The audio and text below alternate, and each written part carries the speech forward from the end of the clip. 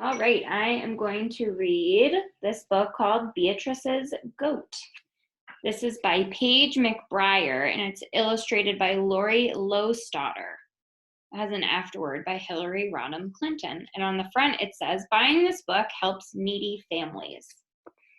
This book is a book about the Heifer Project. So it says right here, it says, Heifer International is a nonprofit organization working to end hunger and poverty and save the earth through gifts of farm animals and training. Over the course of 60 years, Heifer has helped 4.5 million people striving for self-reliance in 128 countries, including the United States. The idea is simple and it works. Instead of providing hungry families with a temporary source of food, Heifer International provides the living loan of an animal. A family's health and standard of living is greatly improved by what the animal can provide. This might be milk from a cow or goat, eggs from poultry, draft power from a water buffalo, or wool from llamas. Heifer also provides training in animal care and in farming methods that preserve the environment. Each family in turn passes on these gifts to another family in need, creating a chain of hope that lifts entire communities. To learn more, please visit www.heifer.org.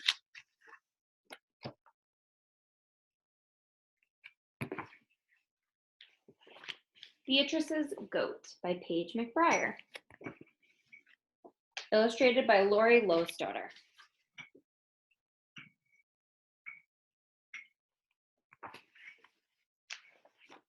If you were to visit the small African village of Kisinga in the rolling hills of western Uganda, and if you were to take a left at the crossroads and follow a narrow dirt path between two tall banana groves, you would come to the home of a girl named Beatrice.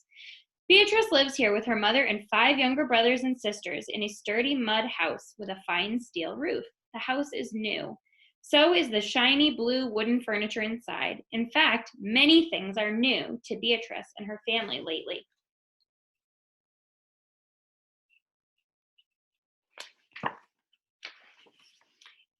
And it's all because of a goat named Mugisa. Beatrice loves everything about Mugisa, the feel of her coarse brown and white coat, the way her chin hairs curl just so, and how Mugisa gently teases her by butting her knobby horns against Beatrice's hand, tup, tup, like a drumbeat waiting for a song. But there is one reason why Beatrice loves Mugisa most of all.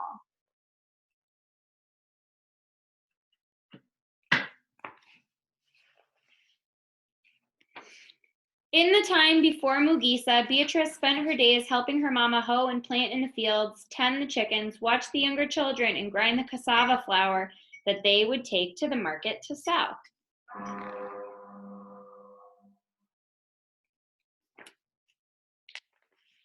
Once in a while, when she was tending baby Pascavia, Beatrice would stop by the schoolhouse. Often, the students had carried their long wooden benches outside to work under the cool shade of the jackfruit trees.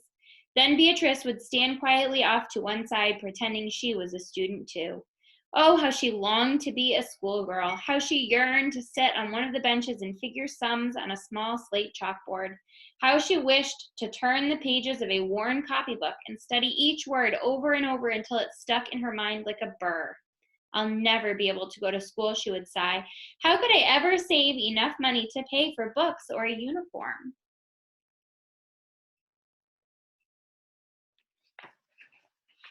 One day, while Beatrice was busy pulling weeds, Mama came to her with dancing eyes. Beatrice, some kind-hearted people from far away have given us a lucky gift. We are one of 12 village families to receive a goat. Beatrice was puzzled. A goat? What kind of gift was a goat? It couldn't get up each morning and start their charcoal fire for cooking. It couldn't hike down to the stream each week and scrub their dirty clothes clean. It couldn't keep an eye on Grace, Moses, Harriet, Joash, and Pascavia. Her long fingers tugged patiently at the weeds. That's very nice, Mama, she said politely. Then Mama added, it will be your job to take care of our goat. If you do, it can bring wonderful things. Beatrice looked up at her mother. Will this goat come soon, she asked, because I would like to meet such a goat. Mama laughed. Good things take time. First, I must plant pastures and build our goat a shed. Beatrice nodded slowly. Surely Mama knew what she was doing. I will help you, she declared.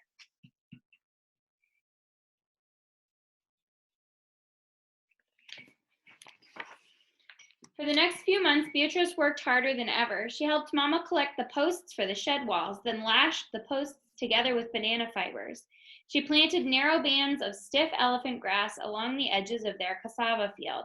She put in pigeon trees and lab vines between the banana trees.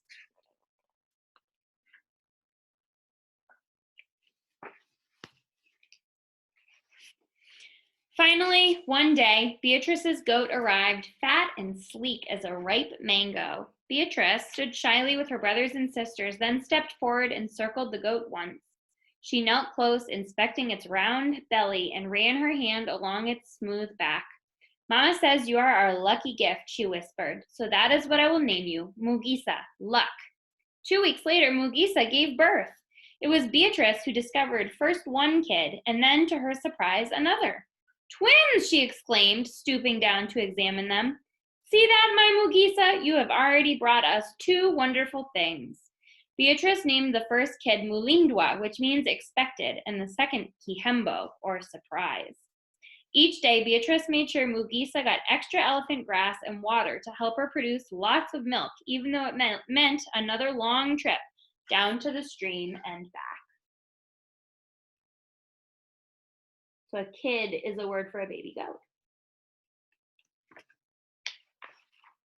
When the kids, the baby goats, no longer needed it, Beatrice took her own first taste of Mugisa's milk. Sweet, she said, mixing the rest into her cup of breakfast porridge. Beatrice knew Mugisa's milk would help keep them all much healthier.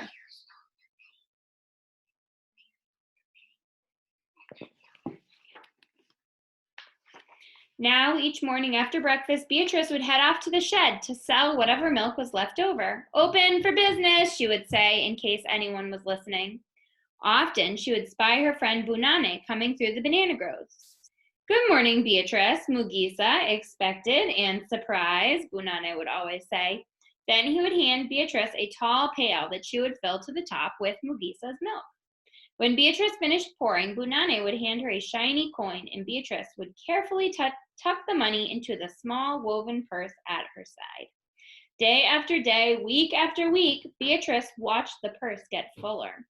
Soon there would be enough money for a new shirt for Moses and a warm blanket for the bed she shared with Grace.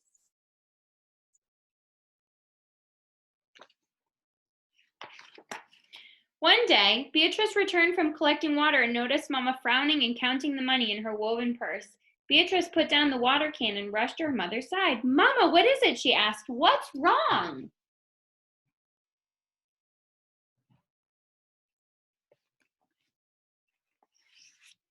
As she looked up, Mama's frown turned into a small smile. I think, she said, you may just have saved enough money to pay for school. School? Beatrice gasped in disbelief. But what about all the other things we need? First things first, Mama said. Beatrice threw her arms around her mother's neck. Oh, Mama, thank you. Then she ran to where her goat stood chewing her cud and hugged her tight. Oh, Mugisa, she whispered, today I am the lucky one. You have given me the gift I wanted most.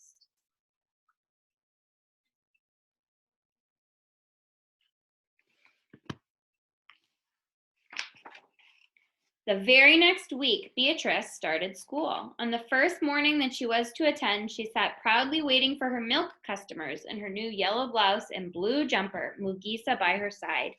Beatrice felt nervous and excited at the same time. Mugisa pressed close, letting her coarse coat brush softly against Beatrice's cheek. Oh, Mugisa, Beatrice cried, I'll miss you today. Then she thought again about all the good things Mugisa was bringing. Mama said soon Surprise would be sold for a lot of money. It will be enough to tear down this old house, she had explained. We'll be able to put up a new one with a steel roof that won't leak during the rains.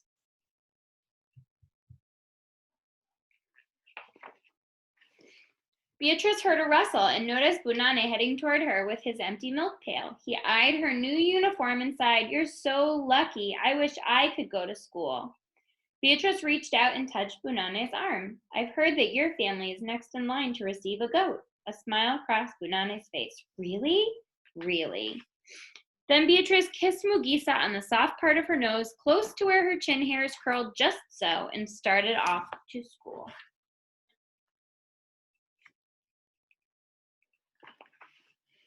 This is the afterword by Hillary Rodham Clinton. Several years ago, Heifer International, an organization I have known and admired for a long time, invited Paige McBrier and Lori Lostaughter to East Africa to research a children's picture book. Beatrice's Goat, a true story about a 9-year-old Ugandan girl, is the result of that trip. It is a heartwarming reminder that families, wherever they live, can change their lives for the better. To do it, they need 3 things: resources, training, and community support. Through Heifer, Beatrice's family received all 3. They received a goat that provided nutrition and income, knowledge of how to care for this precious gift without harming the environment, and supportive community that looks forward to sharing the benefits as Mugisa's offspring multiply and are given to an ever-widening circle of families. Now that Beatrice and her brothers and sisters have milk to drink, they are no longer malnourished. The steady income from the sale of the extra milk has allowed Beatrice to attend school for the first time, as well as assuring her family that there will always be money to buy badly needed medicine, clothing, and supplies. Soon, another family and another will enjoy these same benefits. In my travels across the country and around the world, I have seen that there are still too many children who lack the opportunity to grow up with good health, a quality education, and a hopeful future. The story of Beatrice is an invitation to all of us to support those efforts that provide resources, educate families, and lift community spirits. Did I miss it all? That is Beatrice's Goat. Did I miss